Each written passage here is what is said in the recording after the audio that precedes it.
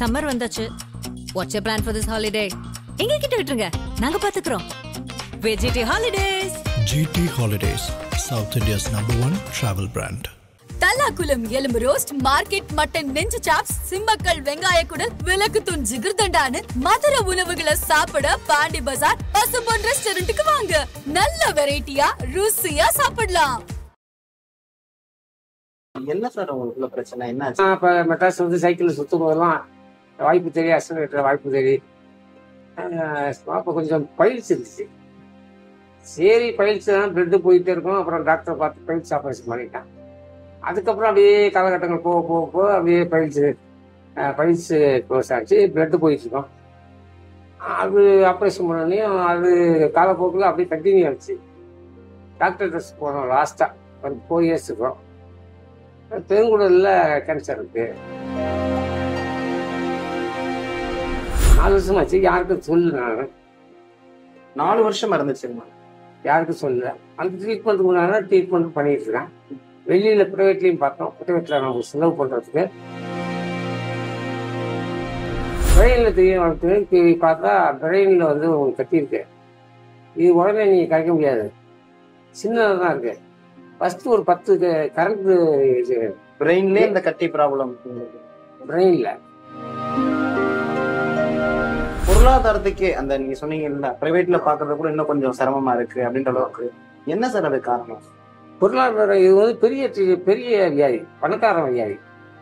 நம்ம சினிமாவில் எப்போ வேலை வருது, எப்போ வேலை வரல, எப்போ நடிக்கிறோம், எப்போ கதை சொல்கிறோம். நம்ம டைரக்டராக இருந்து திருப்பி என் பிள்ளைங்களுக்காக தான் நான் வந்து டைரக்ஷனில் இருந்து மாற்றி நடிப்பு. வேற நாங்கள் இவங்க சொல்ல வேணாம், நம்ம இதுலேயே போக்கிலே போயிட்டு இருக்கோம் அப்படின்னு சொல்லிட்டாங்க. அப்புறம் பார்த்தா இதுக்கப்புறம் 1 மாசம் ஷூட்டிங் வேற போலையா. இதுக்கப்புறம் பெட் ஸ்கேன் இருக்குன்னா காசும் இல்லையே. பிள்ளைங்க ஏதாவது வந்து ஃபீஸ் கட்டணும், ஒரு நோட்டு வாங்கணும். எதனால சார் இந்த நிலைமை? இவ்வளவு படங்கள் நடிச்சிருக்கீங்க, ஆனாலும் உங்களுக்கு அந்த பணம் இல்லாத போனதுக்கு என்ன காரணமா இருக்கு? நம்ம சம்பாதிக்கல, நம்ம டைரக்ஷன்லயே இருந்துட்டோம். எல்லாருமே என்ன சொல்றாங்கன்னா சினிமால இருக்கிறவங்க நல்லா சம்பாதிச்சிருவாங்கன்னு தான் நினைச்சிருக்கேன். அது வந்து அவங்க உள்ள வந்து பார்க்க சொல்லுவாங்க. யாரு சம்பாதிச்ச? இன்னைக்கு வந்து லட்சக்கணக்கான பேர்ல 10 பேர் தான் நல்லா இருக்கு. பாக்கி 1000 பேர் ஒரு வேளை சாப்பாட்டுக்கு வாடகை கொடுக்கும். நானும் சினிமாவில் சேர்ந்தேன், அவன் வந்துட்டான், இவன் வந்துட்டான் அப்படின்னு சொன்னா சொல்லிட்டே இருக்க வேண்டியதான். என்ன திறமையை வச்சு நீ வர போற அப்படின்னு பார்த்தா நான் 20 வருஷம் 30 வருஷம் சினிமாவுக்கு வந்து பெரிய லெவலில் வர முடியல. ஏதாவது ஒரு படம் ஒருத்தரோட வெற்றி வந்து ஒரே ஒரு வெற்றி தான் டிசைன் பண்ணும். ஆதரசிமா எல்லாத்தையுமே ஒரு பெரிய வணக்கம். இன்னைக்கு நம்ம யாரை மீட் பண்ணணும்னு பாத்தீங்க அப்படின்னா சூப்பர் குட் சுப்பிரமணியன் சார் தான் நீங்க மீட் பண்றோம். சார் வணக்கம் சார். சார் எல்லாருக்குமே தெரிஞ்ச விஷயம், உங்களுக்கு வந்துட்டு உடல்நிலை ரொம்ப மோசமா இருந்துச்சு அப்படின்ற மாதிரி. இப்போ ஓகேவா சார்? ஓரளவுக்கு பேசுற அளவுக்கு உங்களுக்கு ஓகேங்களா? இப்போ பரவாயில்ல தம்பி. இப்போ ஏன்னா வரக்கூடாது வந்துச்சு, அதை நம்ம ட்ரீட்மெண்ட் பண்ணி தான் ஆகணும். இது ஒரு டாக்டர் சம்பந்தப்பட்ட விஷயம், 10 டாக்டர் சம்பந்தப்பட்ட விஷயம். அது வந்து இப்போ வந்து ஒரு பெரிய ரிப்போர்ட் ஒன்று வர வேண்டியிருக்கு. அது வந்துச்சுன்னா டாக்டர்ஸ் வந்து இதுக்கு தகுந்த மாதிரி நமக்கு மாற்றுறாங்களா, இல்லை சேர்க்குறாங்களா, இல்லை எடுக்கிறாங்களா, இல்லை உண்மையிலே சொல்கிறாங்களான்னு ஒரு 4 நாள் தெரியும். ஆக்சுவலா எங்களுக்கு வந்து என்ன விஷயம் சொன்னாங்கன்னா புற்றுநோயின்ற மாதிரி சொல்லியிருந்தாங்க. ஆமா. என்ன சார் உங்களுக்குள்ள பிரச்சனை என்ன ஆச்சு?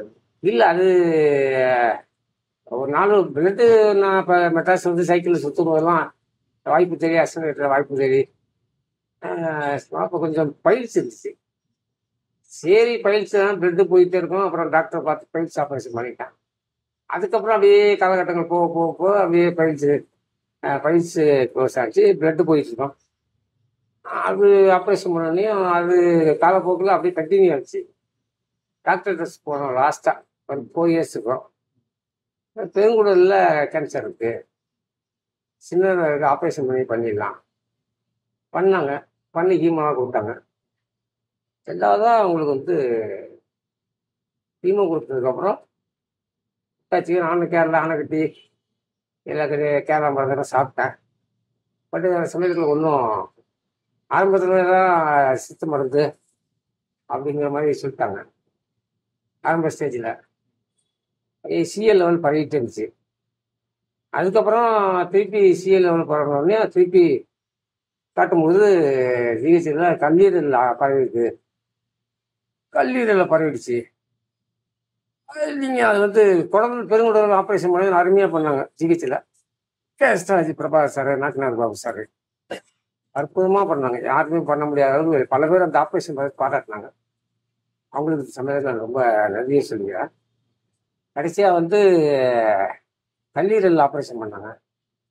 அது வந்து கொஞ்சம் அதிகப்படியான ஆரோக்கியம் பண்ணாங்க, செட் ஆகலை. திருப்பி ஹீமோ மாத்திரைலாம் மாற்றினாங்க.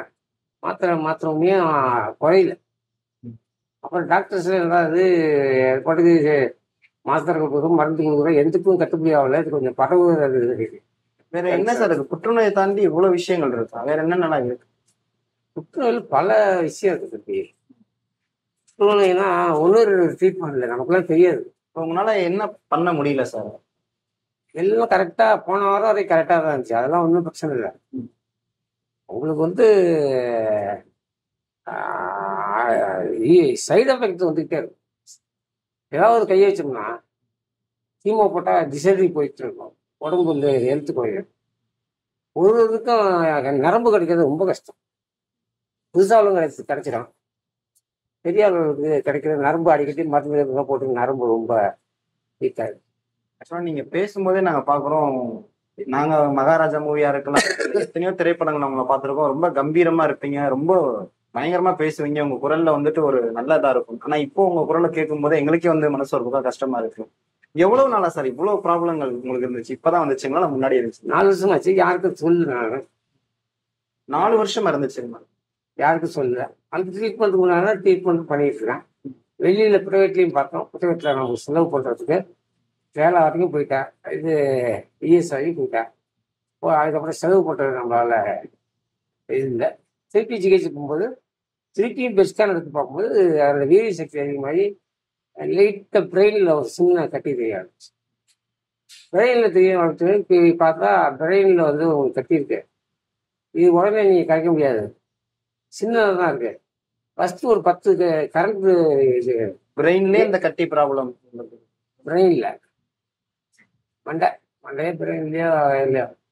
அதனால் நீங்கள் வந்து ரேடியேஷன் வேணுங்க 10 நாள்.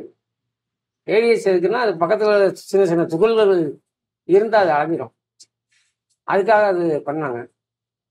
பண்ணிட்டு இருக்கும்போது ரேடியேஷன் வந்து உடம்புக்கு சத்து இழுக்கும்.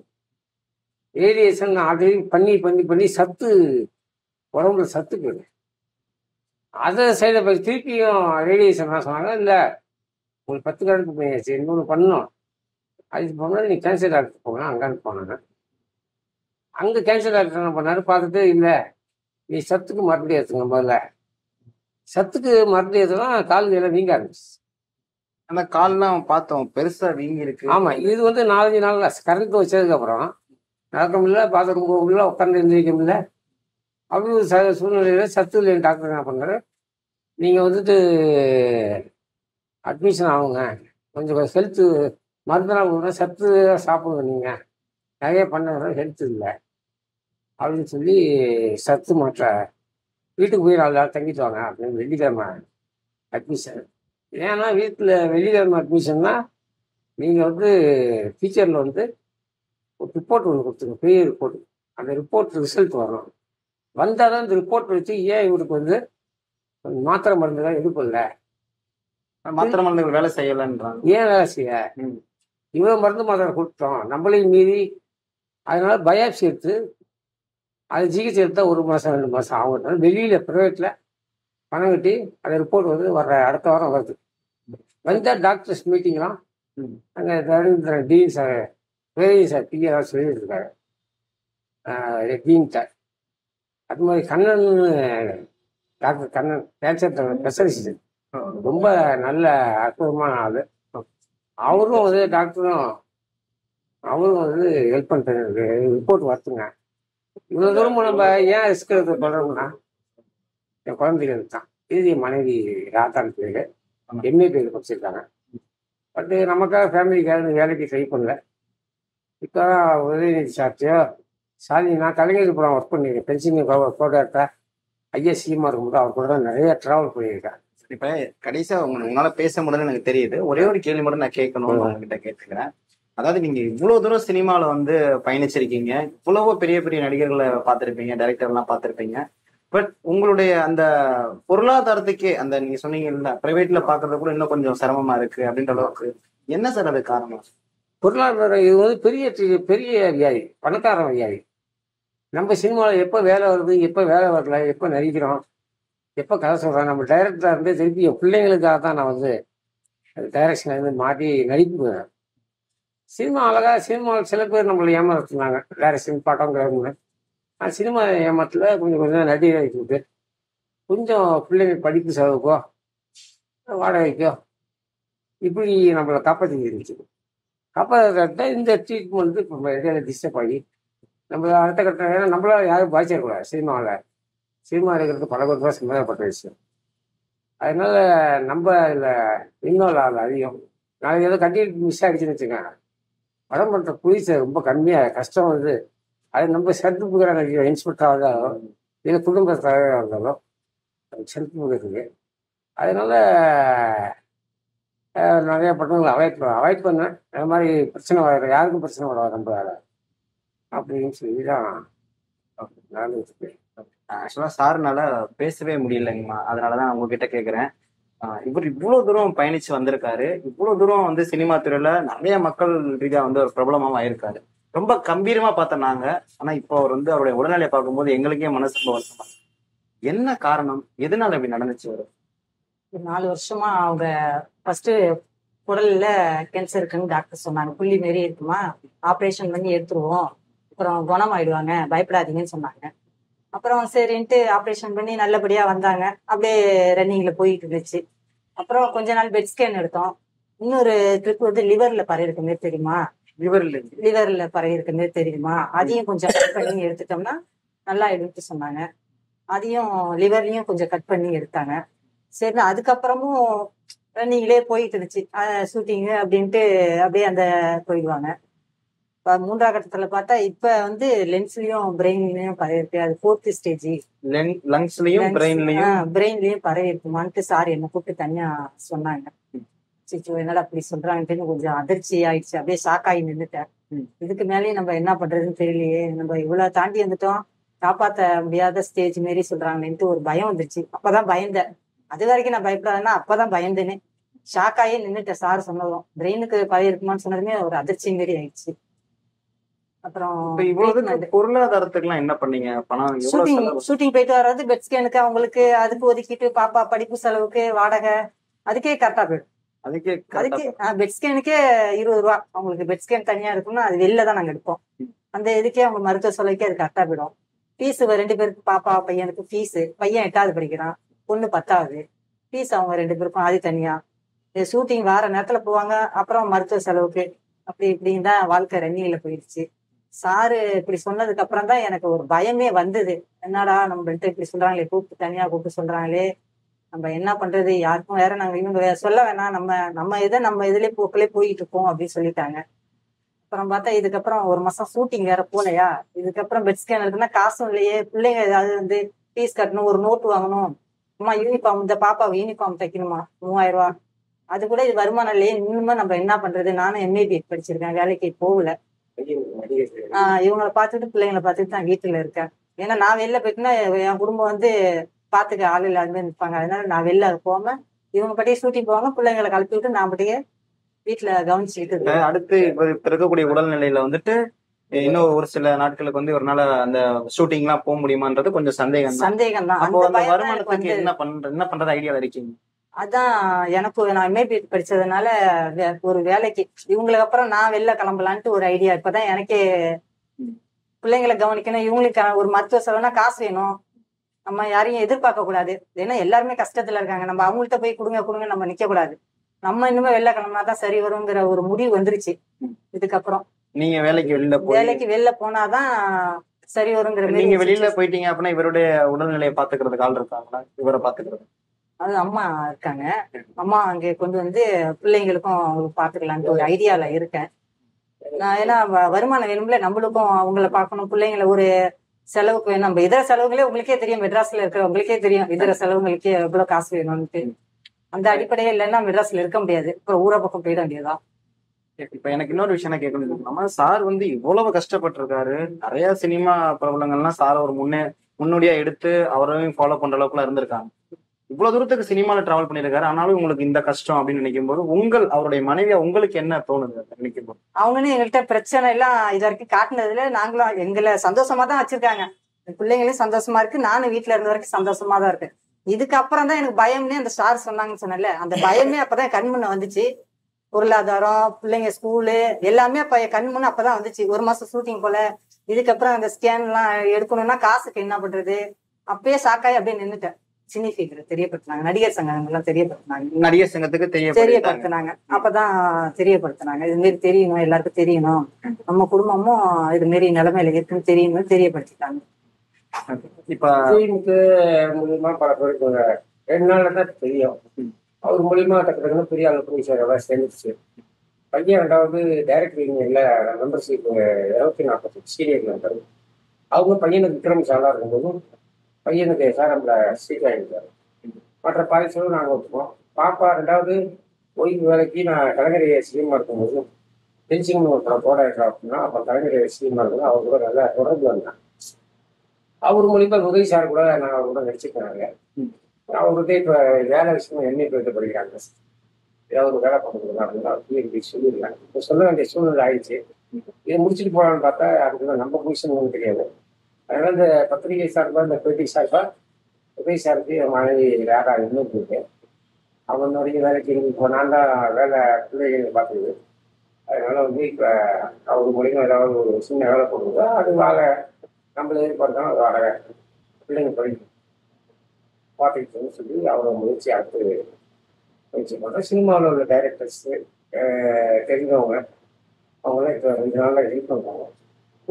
அந்த ஹெல்ப்பு வந்து ரொம்ப காலத்தால் ரொம்ப மறக்க முடியாத ஒரு ஹெல்ப். அது இப்போ வேறு வழி இல்லை. இல்லாட்டி ஒரு பக்கம் ட்ரீட்மெண்ட்டு, ஒரு பக்கம் பசங்களோட லைஃப் கேள்வி இங்கே இடக்கூடாது. நம்ம ட்ரீட்மெண்ட் விட்டுருங்க, அது வந்து ஆனால் கையில் இருக்குது. எனக்கு அப்புறம் என் பிள்ளைங்களும் கொண்டாடி பிள்ளைங்களும் யார்கிட்ட கை நிற்கக்கூடாது. அவங்க வந்து நினைச்சது நடக்கும். அவங்க வேலை பெரிய எல்லாம் ஆடம்பரம் சினிமாவில் இருந்த இந்த வரைக்கும் படம் கூட கூட்டு போனதில்லை. ஒரு படம் கூட பார்த்ததில்லை, கூட்டு போனதில்லை. பையனை வந்துட்டு படிக்கணும், உங்களுக்கு ஒரு வேலை கொடுக்குது, அது சிக்கனமாக இருக்கும். பார்த்துட்டு அது ரீசார்ட்டை போய் நான் வந்து அது புதிய செந்தில் கூட சொல்லி வந்திருக்காரு. சார் சொல்லியிருக்காரு, செந்தில் உதயநிதி சார் சொல்றேன் இருக்காரு. நம்மளால அடுத்த முயற்சி அது ஒன்று இருக்கு. ஃபர்ஸ்ட் இந்த உடம்பை கொஞ்சம் கரெக்ட் பண்ணிட்டோம்னா போறதுக்கு வரதுக்கு பார்க்கறதுக்கு வசதியா இருக்கு. இப்போ சார் சொல்லியிருந்தாரு சினிமா பிரபலங்கள் நடிகர்கள்லாம் வந்து சப்போர்ட் பண்ணதா சொன்னாங்க. யாரு ஏதாவது சப்போர்ட் பண்ணியிருக்காங்களா? நான் வந்து இப்போ என் பிள்ளைங்களுக்காக வேற யார்கிட்டையும் போய் கை நீட்ட முடியாது, யாரையும் தெரியாது. நடிகர் சங்கத்தில் கார்த்திக் சார்கிட்ட அவர் விஜயமுத்து மூலியமா பூச்சி அண்ணா ரொம்ப ஹெல்ப் பண்ணி விஜயமுத்து இவர் கார்த்திக் சார் ஒரு அமௌண்ட் பிள்ளைங்க படிப்புக்காக போட்டு விட்டுருக்காரு. படிப்பு செலவு அவரே ஒத்துக்கிறேன் இருக்காரு.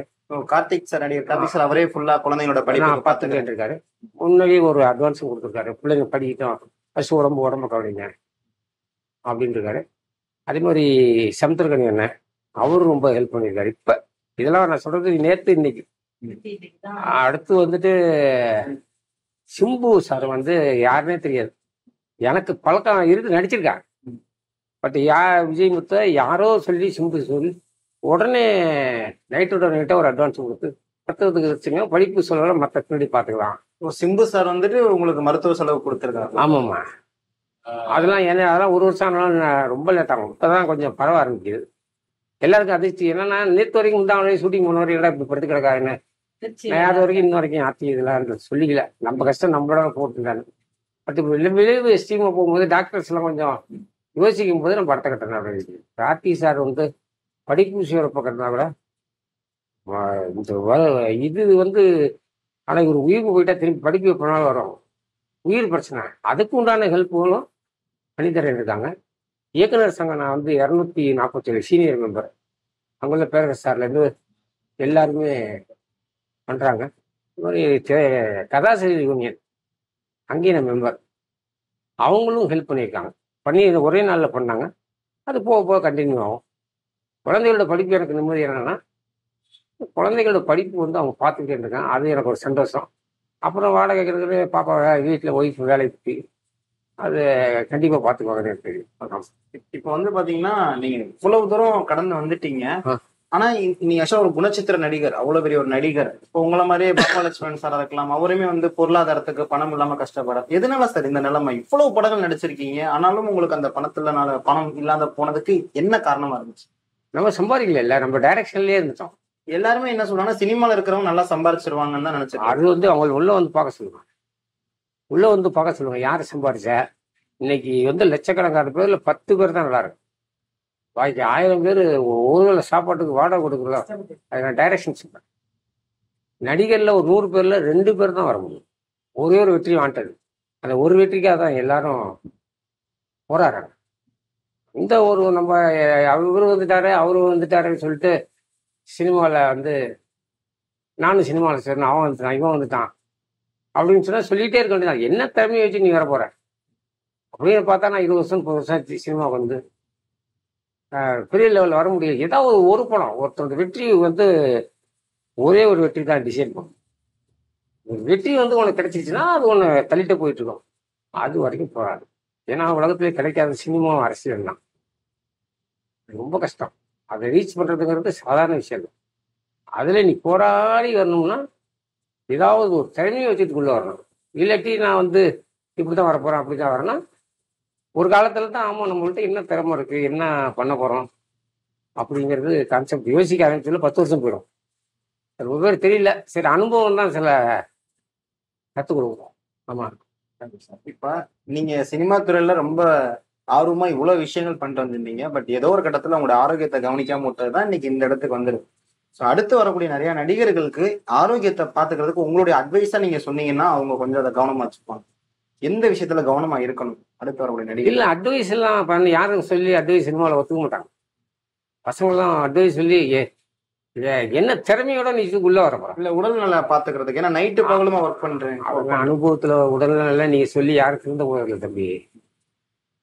இது அது கொடூரமான வியாதியிலே இது நமக்கு வந்துருக்கிறது பயங்கரமான வியாதி. சினிமா அரசியலோட நீ இதுல மீண்டு வந்துட்டீங்கன்னு வச்சுங்க, அதுவே பெரிய பெரிய சந்தோஷமான விஷயம். அதனால நீ சொல்ற மாதிரி தான் அட்வைஸு இந்த ஐடியா அதெல்லாம் ஏற்றுக்க மாட்டாங்க, சொன்னாலும் கேட்க மாட்டாங்க. நீ என்ன தன சினிமா உன்னை இழுத்துரும். உன்கிட்ட என்ன திறமை இருக்குன்னு நீ நிரூபிச்சிருவார். அதுக்காக எல்லாத்தையும் சினிமா அவாய்ட் பண்ணாது. ஒன்றுகிட்ட இந்த திறமை இருக்குது, இவனை உள்ளே தள்ளுறான் உள்ளே இழுறான். ஏன்டா நானே இப்போ சில இடத்துல நல்ல திறமைசாலிலாம் வெளில இருக்காங்க. திறமையே இல்லாமல் ஆர்வ குலத்தில் நானும் சினிமாவில் வரணும் சினிமாவில் வரணும்னா அது வந்து அவங்கள்ட்ட நீங்கள் ஒன்றும் பண்ண முடியாது. 10 வருஷம் கழிச்சு தான் அவங்களுக்கு வந்து அதான் நின்னாலா 10 வருஷம் கல்யாணம் பண்ண முடியல, இன்னும் ஒன்றும் பண்ண முடியல. எதனால இவருக்கு இந்த நோய் வந்துச்சு? எந்த விஷயத்த இவர் கவனிக்காம விட்டுட்டார்? நிறைய சினிமான்னு சொல்லிட்டு அவர் பேஷனேட்டா போய் ஒரு வேலை பார்த்திருக்காரு. எந்த இடத்துல அவர் உடலை கவனிக்காம விட்டுட்டாரு? அவங்களுக்கு ஃபர்ஸ்ட் பிளட் கம்மியானுச்சு. கம்மியானதுனால எப்போ? 2021 2021 அது ஃபைல்ஸ்னால நினைச்சுக்கிட்டு பிளட் போறதுனால ஃபைல்ஸ்னால போகுதுன்னு நினைச்சுக்கிட்டு நார்மலா மெடிசன் பண்ணிட்டு நார்மலா இருந்தோம். அப்புறம் டாக்டர் வந்து ஒரு ஸ்கேன் எடுத்து பார்ப்போம், ஃபுல் செக்அப் மாரி ஸ்கேன் எடுத்து பார்ப்போம், ஏன் இப்படி பிளட் வெளில வருதுன்ட்டு. அப்போ பார்த்தப்ப கோலான்னு குடல்ல அந்த ஸ்கேன்ஸை துள்ளி நீர் தெரியுது.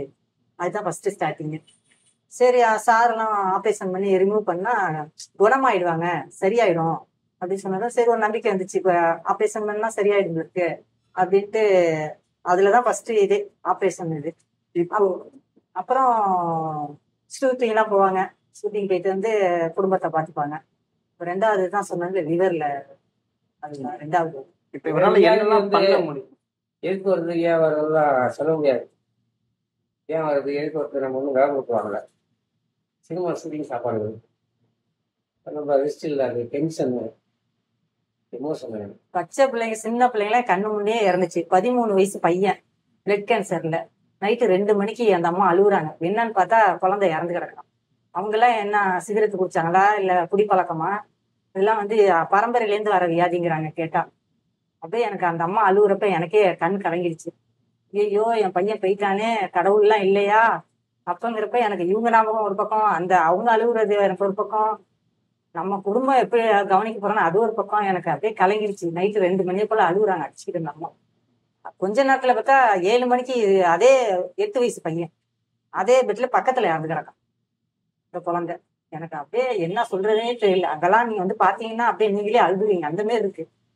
உங்க சொந்த பந்தங்கள்லாம் உங்களுக்கு உதவி அதெல்லாம் உதவுவாங்கப்பா, அதெல்லாம் பாத்துப்பாங்க. சொந்த பந்தம் தம்பி எல்லாரும் மெயின் காரணம் சொல்ல பண்ணுவாங்க. அவங்கதான் நமக்கு கஷ்ட காலத்துல ஹெல்ப். அவங்கதான் எங்களுக்கு வந்து ஷூட்டிங் இல்லைன்னா அவங்கதான் பணம் எல்லாம் அனுப்பி விடுவாங்க. அவங்க தம்பி எல்லாம் அனுப்பி விடுவாங்க. கையில காசு இருக்கா, என்ன பண்றீங்க, என்ன அப்பப்ப விசாரிச்சுட்டே இருப்பாங்க. அவங்க இவங்க கலந்துறப்பெல்லாம் அவங்கதான் சப்போர்ட் பண்ணுவாங்க. நல்லா இருக்கும் தான் அவங்க நினைப்பாங்க. இல்லாட்டி நாங்க எப்போ ஊரோட போயிருப்போமே, எங்களோட வந்தாங்களும் ஊரோட போயிட்டாங்க. என்னால இங்க இருக்க முடியாது, அவங்க ஒய்ஃப் எல்லாம் அழைச்சிட்டு போயிட்டாங்க.